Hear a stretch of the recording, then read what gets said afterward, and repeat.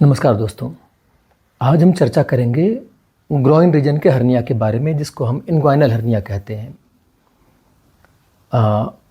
आम बोलचाल की भाषा में केवल इसे हर्निया की बीमारी ही कहते हैं, लेकिन सर्जिकल पॉइंट से हर्निया कई तरह के होते हैं।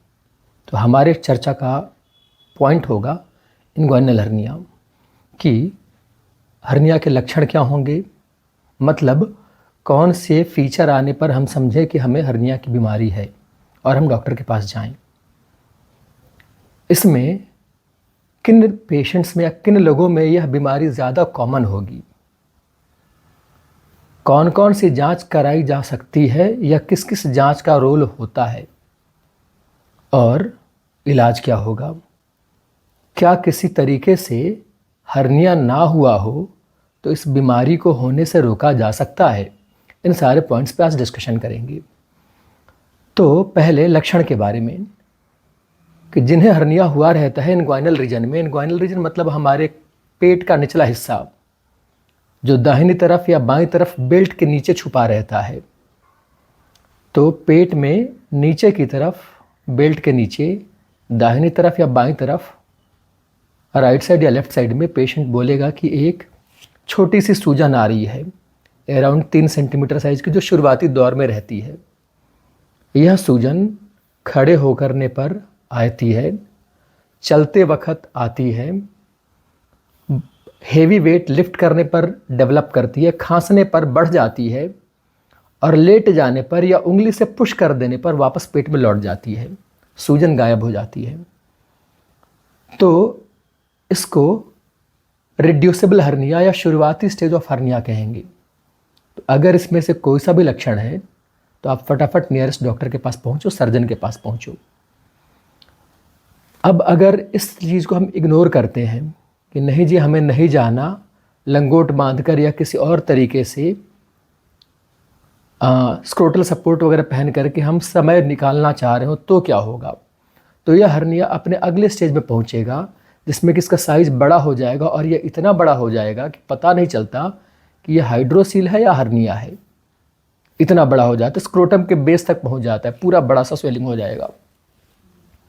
लेकिन फिर भी इसको लेट करके रिड्यूस करने पर, उंगली से स्क्वीज करके डालने पर यह अंदर चला जाता है। अभी भी इसको हम रिड्यूसिबल इन्ग्वाइनोस्क्रोटल स्वेलिंग कहते हैं या रिड्यूसिबल बड़ा वाला हर्निया कहेंगे। अभी भी हम डॉक्टर के पास नहीं गए तो धीरे धीरे यह हर्निया रिड्यूस होना बंद कर देता है या वापस नहीं जाता, वहीं चिपक जाता है अगल बगल के स्ट्रक्चर्स के साथ। अब यह खतरनाक हो गया। इसको अब हम कहेंगे इररिड्यूसिबल, या जो हर्निया रिड्यूस नहीं हो रहा है उस वैरायटी की बीमारी। अभी भी हम डॉक्टर के पास नहीं पहुंचे, तब क्या होगा? तब इसमें या तो आंत या आंत के बगल में एक मेम्ब्रेन होती है जिसको हम ओमेंटम कहते हैं, या यूरिनरी ब्लैडर या अगल बगल के स्ट्रक्चर्स, बड़ी आंत वगैरह भी आ जाते हैं। तो और वो चीज़ें आके फंस जाती है। तो पेशेंट कहता है कि अब मुझसे मोशन या स्टूल पास नहीं हो रहा, खाने पर पेट में दर्द हो रहा है उसी हर्निया की जगह पे, और उल्टी आई जा रही है। तो अब इसको हम कहेंगे ऑब्स्ट्रक्टेड हर्निया। यह एक इमरजेंसी सिनेरियो हो गया, अब तो जाना ही पड़ेगा। अभी भी नहीं जगे, अभी भी नहीं पहुँचे तो अब इसमें जो चमड़ी होगी हर्निया के ऊपर की, वह इन्फेक्ट होना शुरू होती है और लाल हो जाएगी। उसके अंदर जो आंत, इंटेस्टीन होगी, वो सड़ना शुरू करती है। इसको अब हम कहेंगे स्ट्रैंगुलेटेड हर्निया। और इसमें सेप्सिस होना शुरू हो जाता, आंत सड़ जाएगी, काली पड़ जाएगी, सेप्सिस हो जाएगा और पेशेंट इससे मर भी सकता है। इसमें इमरजेंसी सर्जरी लगती है और आंत को काट करके दोबारा या तो जोड़ना पड़ता है या टॉयलेट का रास्ता, स्टूल का रास्ता पेट से निकालना पड़ता है, जिसको हम आइलियोस्टमी कहते हैं सर्जिकल टर्म में। यह एक गंभीर स्टेज हो जाता है। तो हर्निया को हल्के में मत लें। अब यह किन लोगों में कॉमन होता है? तो यूजुअली जो लोग स्मोकिंग करते हैं उनके में हर्निया की बीमारी कॉमन होती है। क्यों?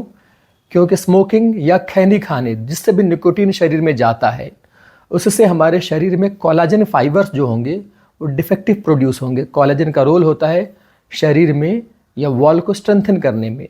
डिफेक्टिव कोलाजन होएगा तो आपके एब्डोमेन की जो वॉल होगी वो वीक पड़ेगी और उससे होकर के हर्निया बाहर निकल जाएगा, हर्निएट हो जाएगा, इंटेस्टाइन बाहर आ जाएगी। तो स्मोकर्स में फॉल्टी कोलाजन के सिंथेसिस के कारण हर्निया कॉमन होगा। दूसरा, स्मोकर्स में खांसी होती है काफ़ी ज़्यादा, स्मोकर्स कफ। इस खांसी से पेट के अंदर का प्रेशर राइज करता, शूट करता है, उससे अंदर के जो पेट के कंटेंट होते हैं वो हर्निएट करना शुरू कर देते हैं। तो स्मोकिंग करने से दो नुकसान है, एक कोलाजन खराब होना, दूसरा इंट्रा एब्डोमिनल प्रेशर का शूट करना। इंट्रा एब्डोमिनल प्रेशर स्मोकिंग के अलावा अन्य चीज़ों में भी बढ़ता है, जैसे जिन लोगों को कॉन्स्टिपेशन हो, स्टूल पास करते वक्त उन्हें जोर लगाना पड़ता हो, उनमें भी हर्निया होगा। जिन लोगों को प्रोस्टेट की शिकायत हो कि पेशाब ठीक नहीं उतर रहा, फ्लो के साथ नहीं उतर रहा, उन्हें जोर लगाना पड़ रहा है, उनमें भी हर्निया होगा।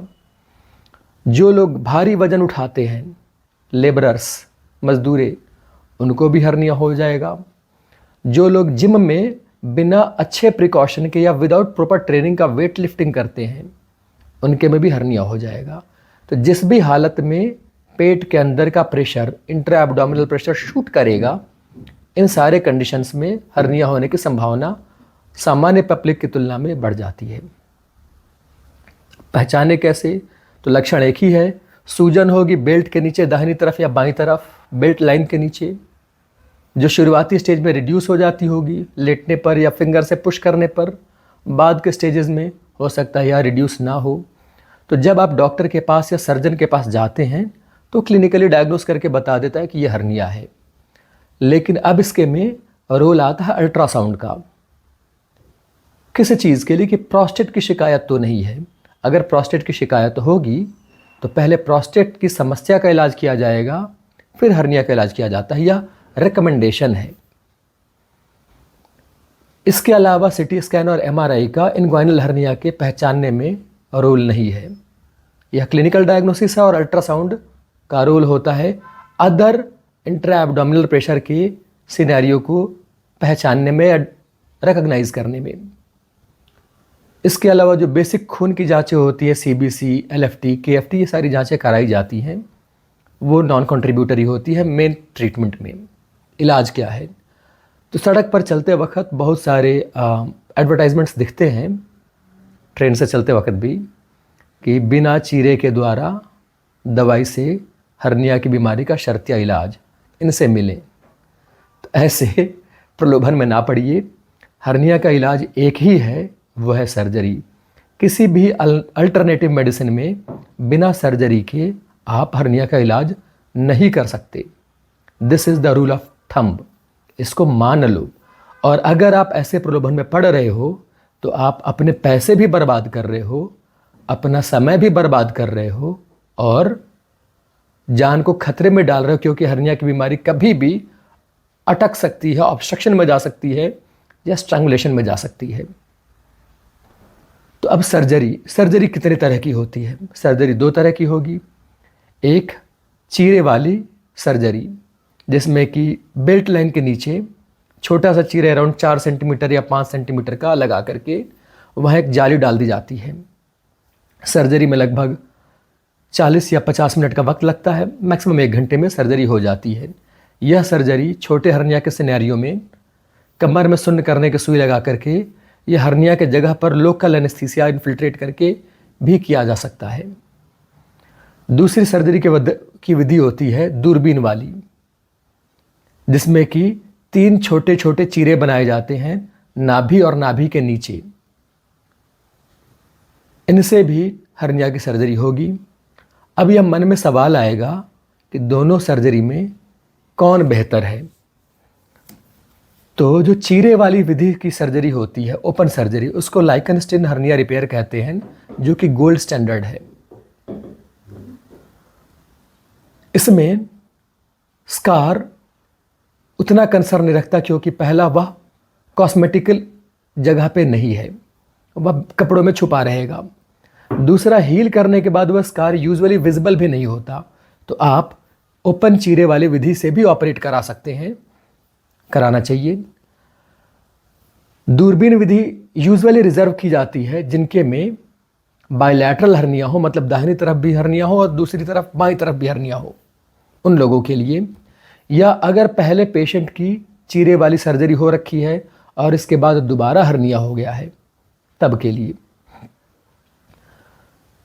दूरबीन वाली विधि में एक नुकसान है कि वह महंगा होता है। तो अगर आप अफोर्ड कर पाएँ फाइनेंशियली इट्स ओके, ना कर पाएँ तो इक्वली इफेक्टिव होती है चीरे वाली सर्जरी। दूरबीन वाली सर्जरी का फ़ायदा क्या होता है? फ़ायदा ये होता है कि यह एक बार में दोनों तरफ करनी हो तो दोनों को एड्रेस कर लेता है। दोनों की सर्जरी एक सिटिंग में हो जाती है, एक ही छोटे छोटे चीरे से, 3 छोटे छोटे चीरे से। और यह इन्ग्वाइनल के साथ फीमोरल और ऑब्टूरेटर हर्नियाज, जो कि बहुत रेयर होते हैं, उनको भी कवर कर लेता है कि अगर नहीं है तो शायद ना हो। ऐसे भी वो बहुत अनकॉमन बीमारी होती है।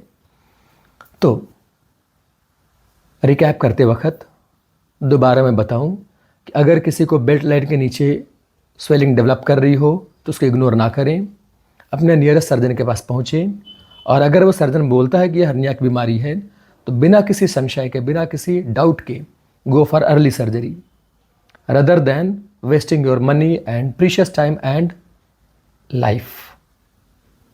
इन सबको बचाओ और टाइम पे सर्जरी कराओ। दूसरी चीज़, स्मोकिंग छोड़ दो। इससे आप फाइनेंशियली, हेल्थ वाइज और परिवार की तरफ से, हर तरफ से जाते हो। अपना ख्याल रखें। See you next week. Thank you.